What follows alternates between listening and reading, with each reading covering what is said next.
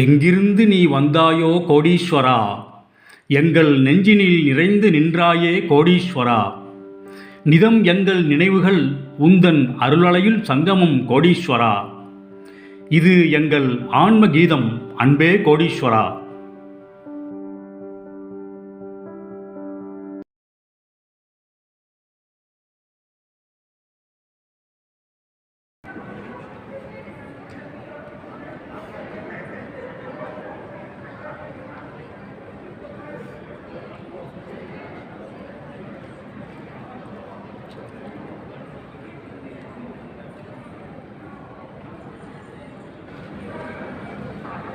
இந்த பறந்து விரிந்த பாரிஸ் மாநகரத்திலே இருந்தாலும் அந்த பரந்தாமனின் ஞாபகமாகவே இருக்கின்றது.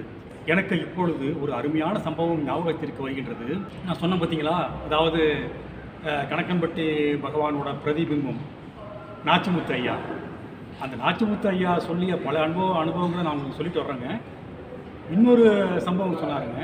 அதாவது அந்த கோயில் ஸ்தாபகர் கருப்பையா அண்ணன் இருக்கார் பார்த்தீங்களா, செட்டிநாடு கண்டனூர் கருப்பையா அண்ணன். அந்த கருப்பையா அண்ணனுக்கு நேர்ந்த ஒரு சுவையான சம்பவம்.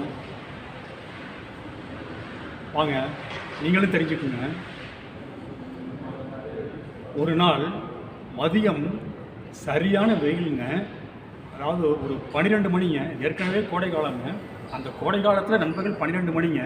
அப்போ வெயில் எப்படி இருக்குன்னு பார்த்துக்குங்க.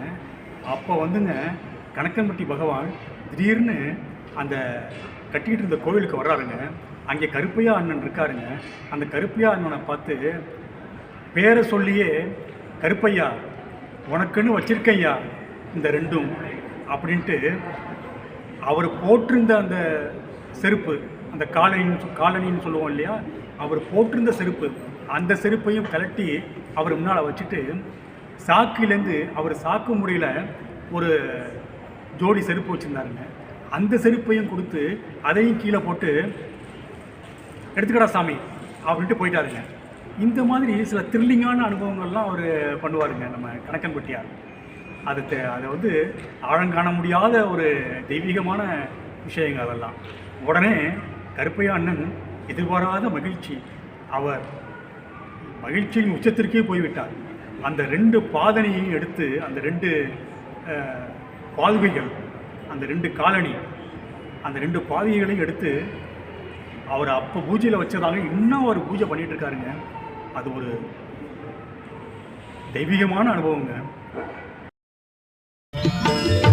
அயோத்தி மாநகரிலே ஐயன் ஸ்ரீராமனாய் அழகாய் தவழ்ந்த பாதம், அற்புத இசை கூட்டும் தந்தை கிண்கிணிகளும் அசைய நடந்த பாதம், தர்மத்தை நிலைநாட்ட தாரணி தன்னிலே தான் வந்த விஷ்ணு பாதம், கர்மத்தை ஜெயிப்பலன் நான் தருவேன் என